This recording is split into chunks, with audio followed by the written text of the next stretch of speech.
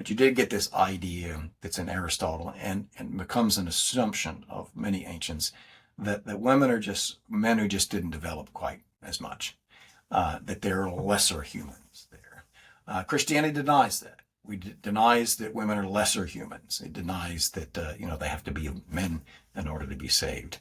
But it does recognize that they are different and they have a different way of relating. And although, as I say, the fathers they weren't pressed to explain this mystery, and so they didn't talk in the way that I'm talking now, nevertheless, there in both the Old Testament and the New Testament are clear indications that male and female does relate to the image of God. It does relate fundamentally to the way that human beings relate in many other ways through the self-giving and thanksgiving then. And that's, and speaking of the differences, is that you're exactly right. And this is something that the younger generation is picking up on. And you can find a lot of very good talks online about how different men and women are, and about how so many men have, in a sense, been raised to ignore those differences, to not even know about, not even realize those differences, and to live within an order that treats them as if they don't exist. And it makes a disaster of things. And unfortunately, a lot of Christian pastors will do this too, because, there is sort of the assumption that, again, the strengths are the same, the weaknesses are the same, the virtues are the same, and so we should all just be loving. But you can be loving in the wrong way. You cannot you can't love somebody. I often make that, for other reasons, I often tell people that you can't love people with lies. If it's an issue of truth, you can't trick them into truth or love people with lies. But you also can't love people by ignoring the truth about them, or just giving up your responsibility to take the lead. And this is what I'm afraid many men do. And I have to say is that I've done that too. I was married 40 years till my wife died last October, actually. And it's since then that I've had the time and the inclination to reflect upon those 40 years. And I've realized that in many ways I was trying to be loving and indulgent and letting her do things and have her way about a lot of things. Unfortunately, it really did sort of embolden her to become too independent and to do many things which were not in her interests, and that surrendered my real place in some ways to her, which affected the way we related to each other. I would have done things differently, based upon why I think I understand them now, is that women actually do have a natural desire to be taken care of, but they know that they really can't be taken care of if they themselves are the ones deciding everything. You can't, either you're the one deciding matters or the other person is, and if somebody's taking care of you, it has to be, them deciding things. Unless you just end up being their slave. If you're not, somebody's taking care of you and you're just ordering them about, well, that's a slave and not a husband. And this is something I think that, that a lot of young men are just really realizing. Unfortunately, a lot of them have not been given the formation in terms of just natural male, manly behavior that my generation did at least have. It is surprising. You take for granted that some things will be passed on, and yet you see that they aren't sometimes, because the principles have been sacrificed. Our culture has sacrificed the principle of male headship and accepted this idea of inequality, and made it wrong for a man to ever assert himself over a woman, to take the lead in any way. And so men have just accustomed themselves to stepping back and just trying to be, a friend, a chum,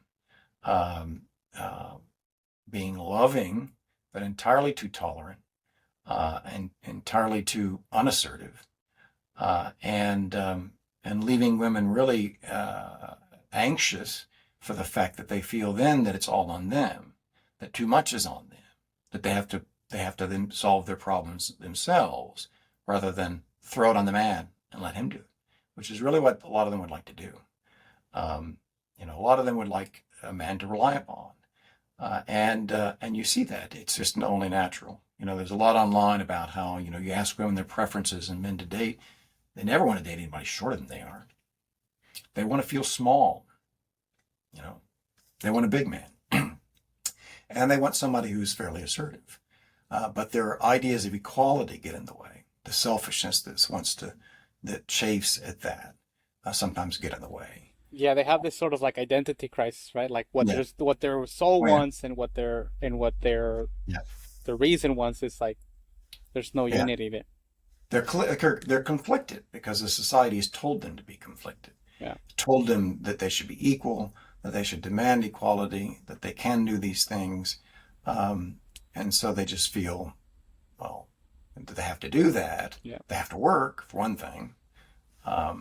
Fortunately, a lot of women are realizing this, and yet they're mocked as trad wives Mhm. for having chosen something that's much more natural, that's Yeah. much more conducive to having children, raising children, and to long-term marital health, really. It just makes more sense. Um, and people are now realizing that. But the men really do, and this is one thing that frustrated me when I started writing about male and female issues back in the 80s, um, um, was that there are just so many men that want to leave it to women to fight this battle. Oh yeah, don't even get me started on those guys. Yeah. It's like it's like Horrible. it's like Adam saying to Eve, "Save yourself." Hmm. I can't save you.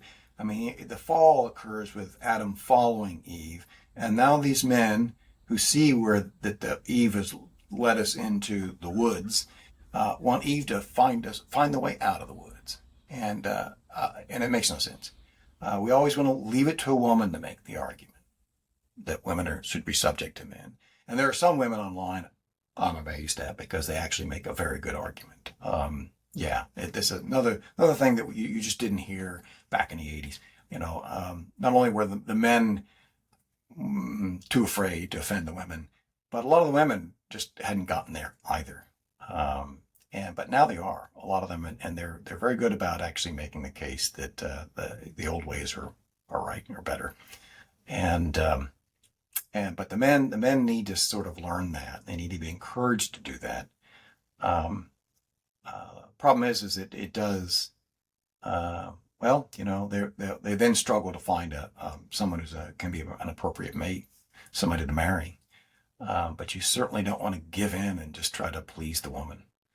Um, she has to bring something to the table too, and it has to be something enduring.